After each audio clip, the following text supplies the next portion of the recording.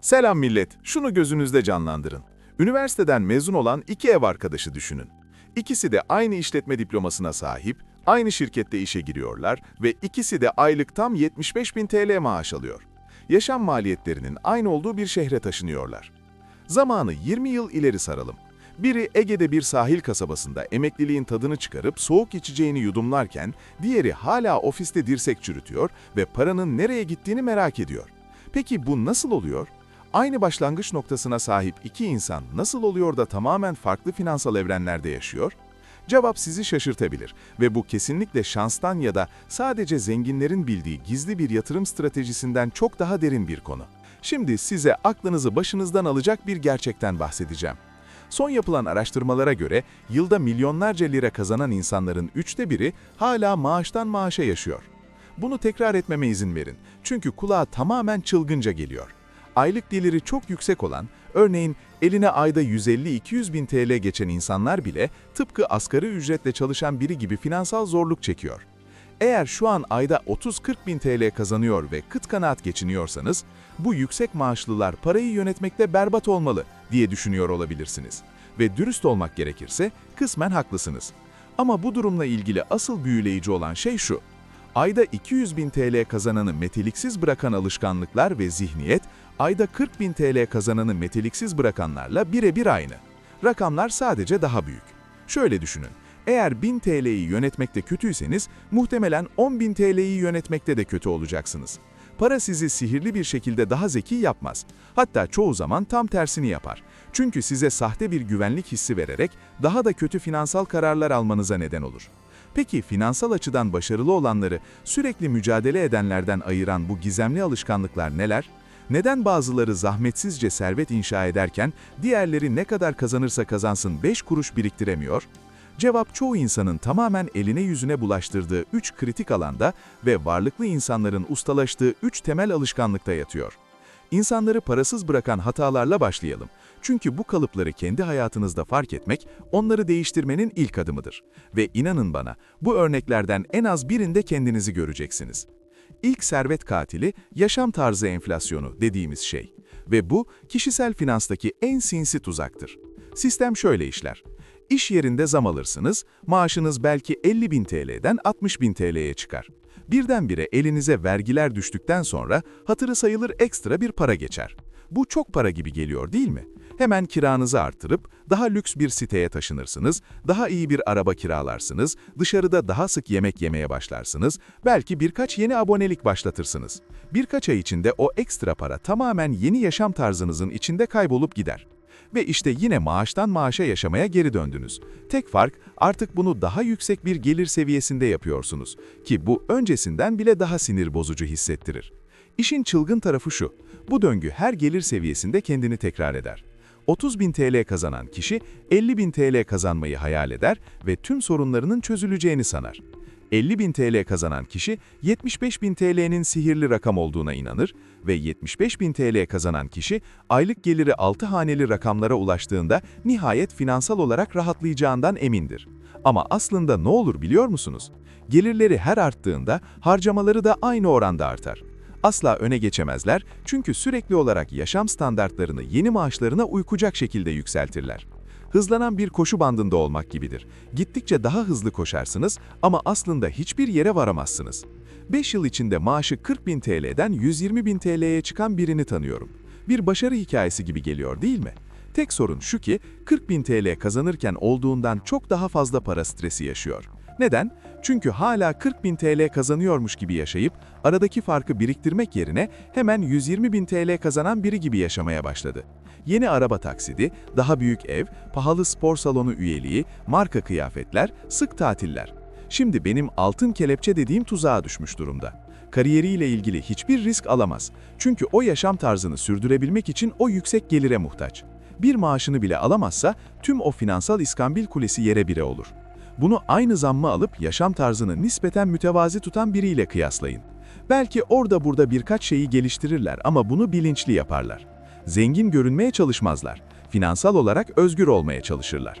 O kişi geliri ve gideri arasındaki farktan yılda yüz binlerce lira biriktiriyor olabilir.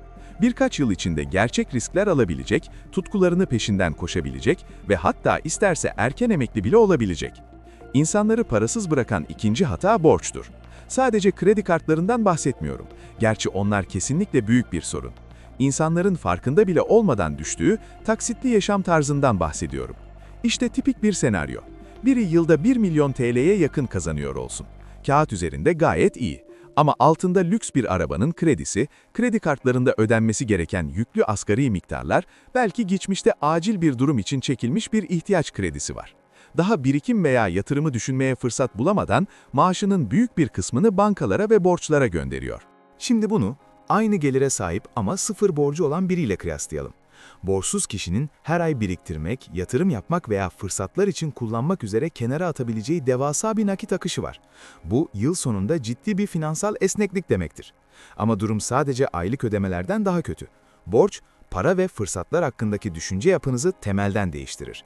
Borç taşıdığınızda, özellikle kredi kartı gibi yüksek faizli borçlar, her finansal karar servet inşa etmekten ziyade o borcu yönetmekle ilgili hale gelir.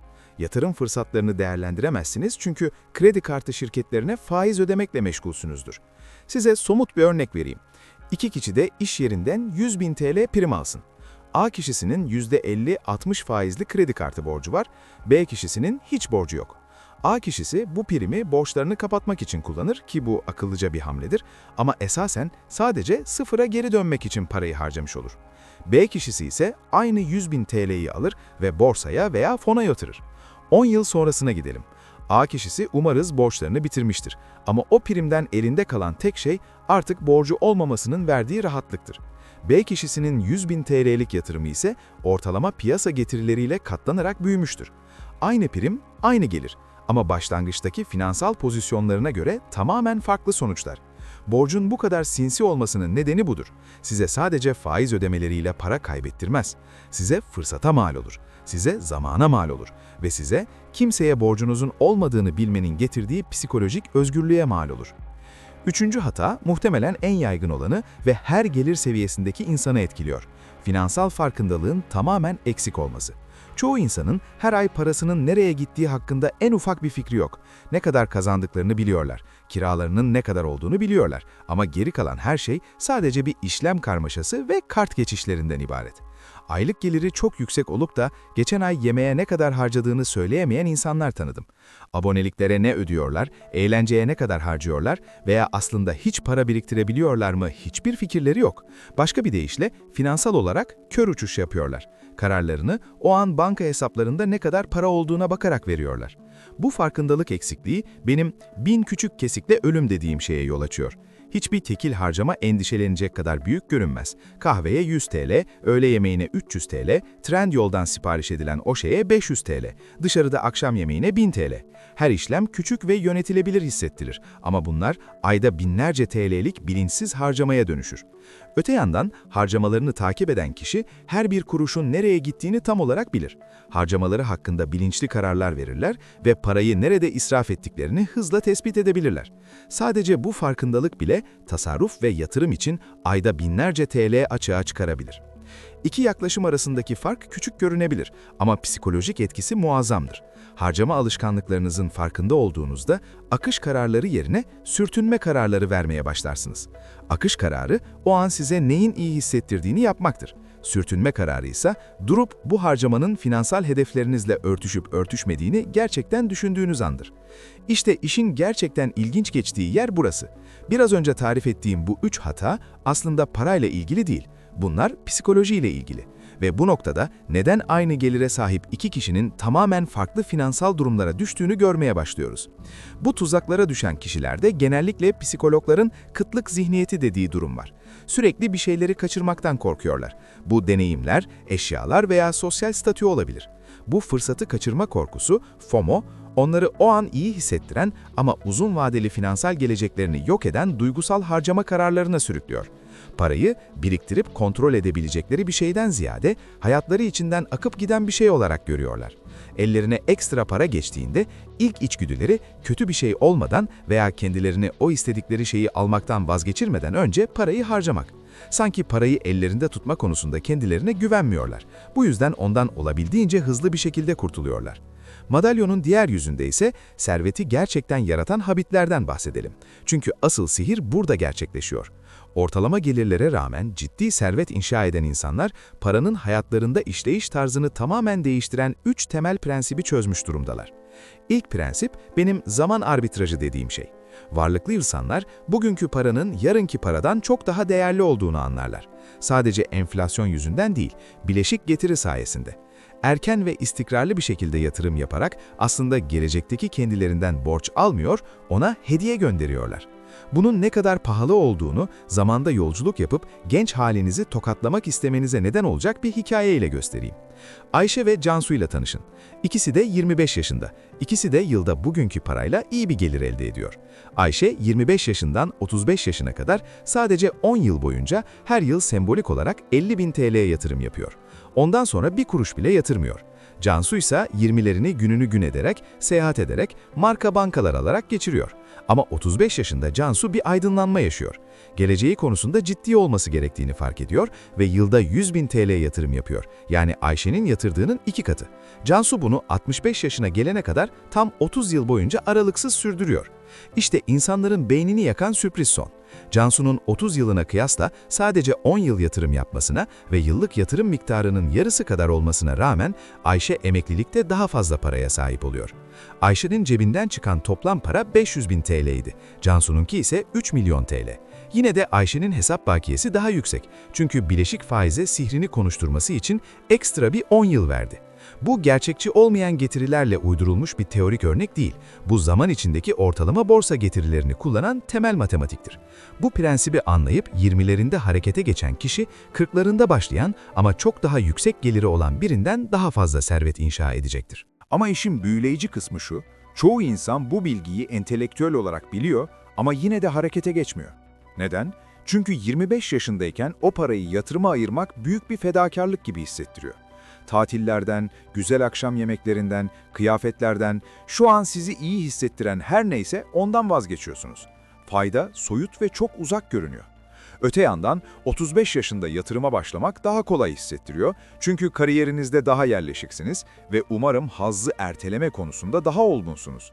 Ama o zamana kadar bileşik büyüme için en değerli yılları kaçırmış oluyorsunuz. Parti bittikten ve en güzel sohbetler yapıldıktan sonra partiye gelmek gibi bir şey.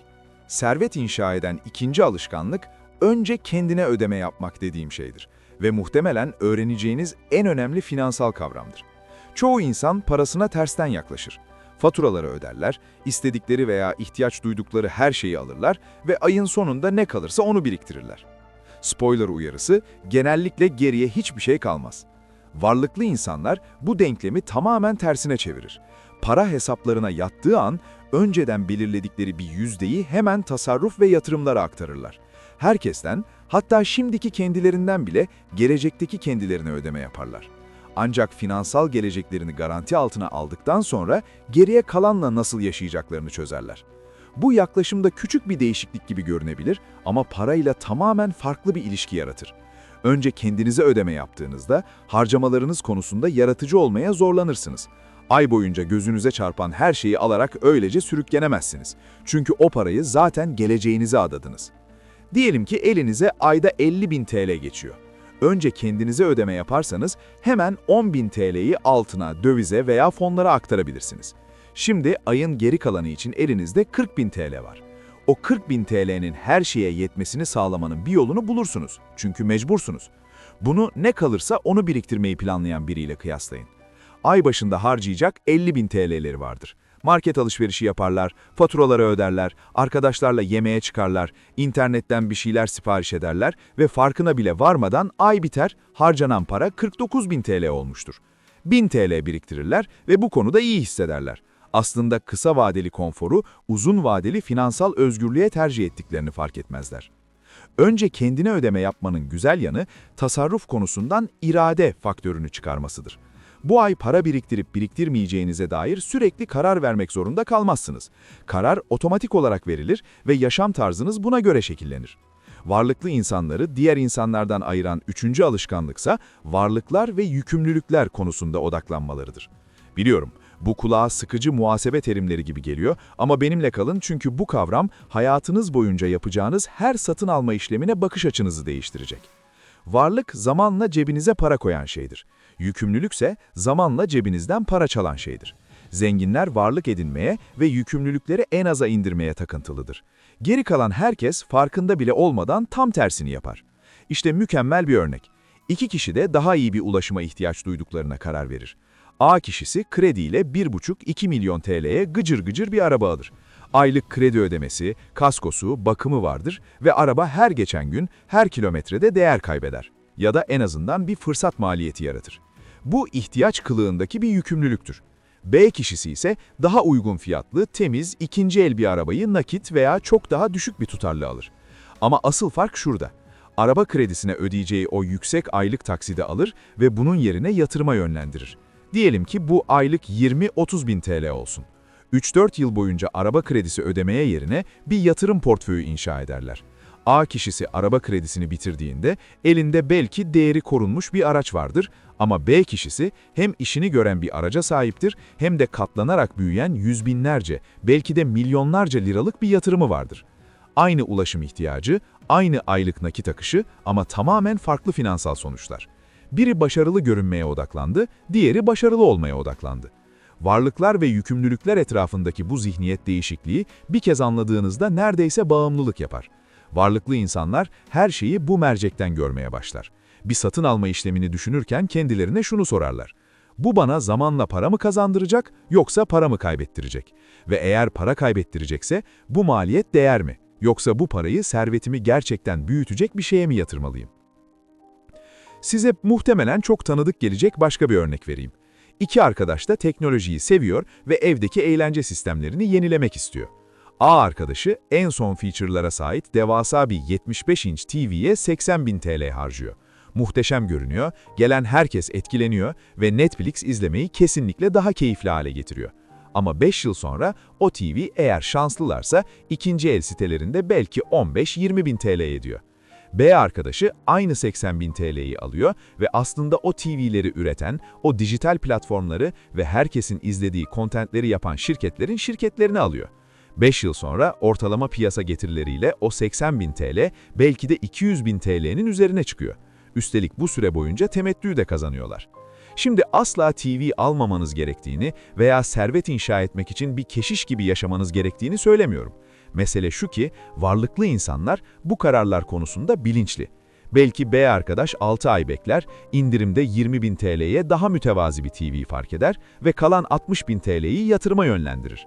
Hala dizilerinin keyfini izlerler ama aynı zamanda servetlerini tüketen değil, inşa eden bir çeyim yapmış olurlar. İşte işin gerçekten ilginç çektiği yer. Bu alışkanlıklar benim servet geri bildirim döngüsü dediğim şeyi yaratır. Ne kadar çok varlık biriktirirseniz bu varlıklar o kadar çok gelir üretir. Bu da size ek varlıklar almak için daha fazla para sağlar. Yavaş başlar ama zamanla çoğu insanın inanmakta güçlük çektiği şekillerde hızlanır. İşte hepsi bu. Zengin ya da parasız bitirmek arasındaki fark maaşınızla, geçmişinizle veya zenginlerin hazine koruyan cevherler gibi sakladığı gizli bilgilerle ilgili değildir. Bu 3 basit seçimle ilgilidir. Yaşam tarzı enflasyonundan kaçınmak, borçsuz kalmak ya da borcu stratejik manada yönetmek ve paranız konusunda bilinçli olmak. Sahilde içeceğini yudumlayan o kişi şanslı değildi. Sadece şu an sizin sahip olduğunuz aynı fırsatlarla farklı kararlar verdi. Gelecekteki haliniz bugün yapacaklarınıza güveniyor. Sirmalya kanalını takip etmeyi, bu videoyu beğenmeyi ve düşüncelerinizi yorumlarda paylaşmayı unutmayın. Bir sonraki videoda görüşmek üzere ve her zamanki gibi sizi seviyorum. Hoşça kalın.